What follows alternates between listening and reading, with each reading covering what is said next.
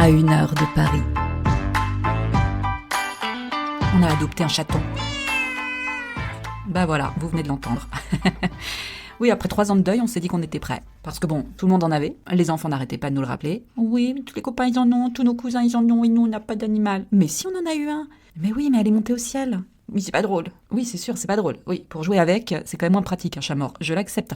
Mais dans la vie, parfois, il faut se montrer patient. Donc, pour Noël, on a décidé de leur faire la plus belle des surprises, adopter un magnifique chaton. Ah, pas n'importe lequel. Mon mari a décidé que, quitte à se mettre un fil à la patte pendant 15 ou 20 ans, ou au moins 10 ans, ça dépend de toi, et je parle au chat, pas à vous, bah fallait qu'il soit beau à regarder. Et il a choisi le chat comme il a choisi ses femmes. Des yeux bleus, je veux des yeux bleus, pas autre chose. Ok, donc un beau chat avec des yeux bleus, très bien, on va tâcher de trouver ça. Et donc on a découvert le monde incroyable de l'élevage. On voyait ça un peu de loin avec ma belle-mère et sa folie des chiens, mais je connaissais pas du tout pour les chats. Moi, un chat, j'ai pas besoin de l'acheter, j'ai pas besoin qu'il soit d'un pédigré particulier pour craquer. Attends, est-ce que tu peux arrêter de me monter dessus parce que je suis en plein enregistrement? Ouais, je vous fais ça vraiment en direct. En plus, elle monte sur l'ordinateur, vous allez avoir des bruits bizarres dans cet enregistrement, je pense. Et donc, on a choisi un sacré de Birmanie. Ah bah ça, il est beau, hein. Mais qu'est-ce qu'il pue? Ah, ça schlingue. C'est une horreur. Alors pourquoi il schlingue? Parce qu'avec la chance que j'ai, je suis tombée sur une malade qui maltraite ses animaux. Donc, il sentait les excréments et le vomi de tous les chiens et chats qui l'entouraient. Alors, on lui donne des bains. Et ce chat se laisse faire. C'est dire comme il pue. Hein, pour qu'un chat se laisse baigner comme ça, shampouiner, frotter le derrière.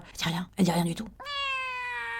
Alors que là, elle fait un câlin et elle râle. Elle chie partout. Et bien sûr, pas n'importe quoi. Une belle diarrhée. Donc on en a tous sur nos fringues, sur les coussins, le tapis. Voilà, je passe mon temps à faire des lessives et à aérer parce que bien sûr, ça pue, ça pue, ça pue. Elle, on sait dans quelle pièce elle est à l'odeur. Et maintenant, dès qu'on ouvre la porte d'entrée, on sait qu'on a un animal. À l'odeur, difficile de savoir quel est cet animal, hein, croyez-moi. Et le pire, c'est que mon mari est allé la chercher à 1 heure et demie de route et il voit le carnet de santé et il découvre, sur 2 pages, c'est bien coché femelle, mais à... Attends, je raconte l'histoire. À observation, c'est écrit 2 testicules palpés. Attendez, c'est une femelle ou c'est un mâle? 2 testicules palpés, c'est normal ça? Ah bah je comprenais mieux pourquoi nous c'est une petite ristourne. De 40 €, ouais? 20 balles par coucougnette, c'est ça? Moi j'achète une femelle. Pas une femelle avec des couilles ou un mâle qui se fait passer pour une femelle. Ok, je veux bien être hyper moderne, mais pas au point d'avoir un chat transgenre. Oui, elle est gênée quand on en parle. Oh, puis l'organisation avec la bonne femme pour récupérer le chat. Alors attendez, là, ce qu'il y a, c'est que... alors ce qui se passe, c'est que moi j'ai rendez-vous là à Orléans à 15h pour déposer le loulou, la pépette et la mistinguette. Donc moi la pépette, je peux vous la déposer à mi-chemin, quoi. Mais le caniche, il a attendu pour 15h, quoi. Elle va voyager avec un caniche et un autre chat? Non, un caniche, un berger allemand. Voilà, pépette, elle est habituée, hein, ça pose pas de problème. Hein. Vous imaginez un chat bloqué entre 2 chiens pendant 500 km? Est-ce que vous pensez vraiment que ça lui pose aucun problème? Alors au début, on était parti pour adopter un petit chat qui venait d'une portée de chat de gouttière. Des petits chats type européen, simple. La nana déjà, on lui dit bonjour, elle répond pas, elle regarde son téléphone. Ouais, vous êtes qui? Vous êtes Jonathan? Est-ce que j'ai une gueule à m'appeler Jonathan? Je pense pas. Ah, vous êtes venu avec vos enfants? Bah oui, parce que comme je vous ai dit, c'est un cadeau pour eux, donc j'aurais aimé qu'ils fassent connaissance et qu'ils choisissent le petit chat. Ah bah de toute façon, il en reste plus que 2, un noir et blanc et un blanc et noir. D'accord, je vais pas vous demander la différence entre les deux. Ouais, alors si vous rentrez à 4 par contre, ils ont pas du tout l'habitude du monde là, donc faut vraiment faire gaffe, quoi. Vous êtes sûr que vous voulez rentrer à 4? Bah oui, parce qu'on est 4 et il fait -5 dehors, il fait nuit. Donc non, je vais peut-être pas laisser mes enfants dehors dans le jardin. Alors on y va les enfants, surtout vous êtes très très sages, hein, parce que la dame, elle a peur que vous soyez méchants avec les petits chats. D'accord? Elle aime pas les enfants, la dame. Voilà. Elle aime que les chats, elle aime pas les enfants. Enfin, elle aime pas les êtres humains non plus, d'ailleurs, j'ai l'impression. Donc on y va. À pas de souris. Non, pardon, on dit pas à pas de souris, bien sûr, on va rencontrer des chats. À pas de velours. Alors lequel vous plaît? Oh, c'est sur celui-là qu'on avait craqué. Ah oui, mais là, il a été réservé, lui. D'accord, pas de problème. Lesquels sont disponibles? Bah, il y a lui là, et puis l'autre derrière. Est-ce qu'on peut les voir? Parce que là, il se carapate.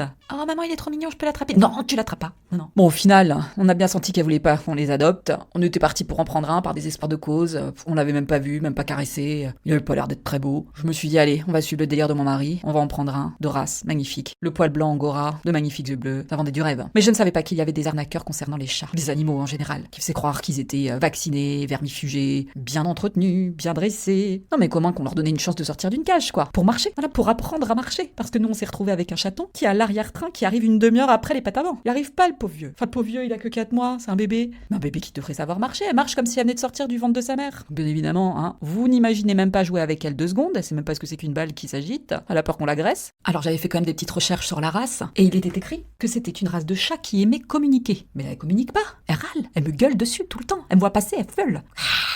Je viens la nourrir. Et elle me menace.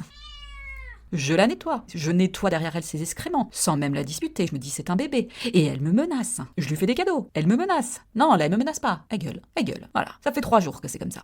Jusqu'à présent, elle a réussi à me pourrir tous mes cours, que ce soit en visio ou en présentiel. Elle passe, repasse, m'agresse. C'est difficile quand même pour un élève de se concentrer, et pour moi-même, quand on a constamment ce bruit.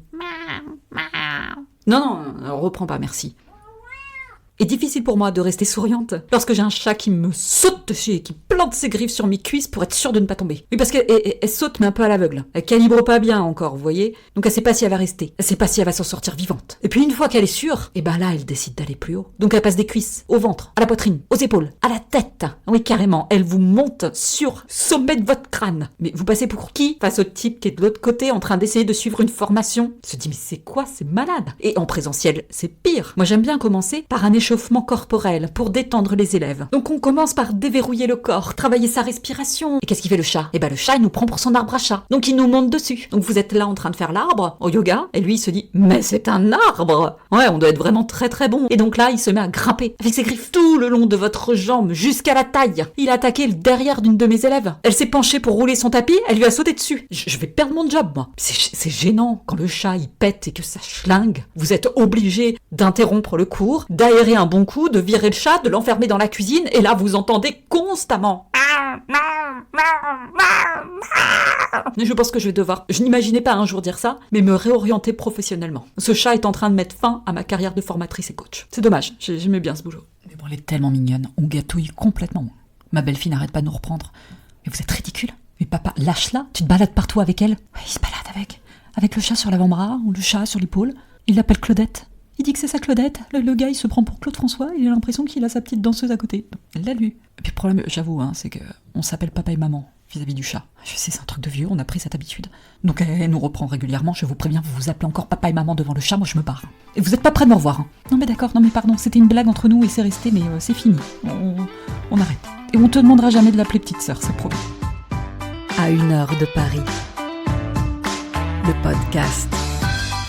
Descends là.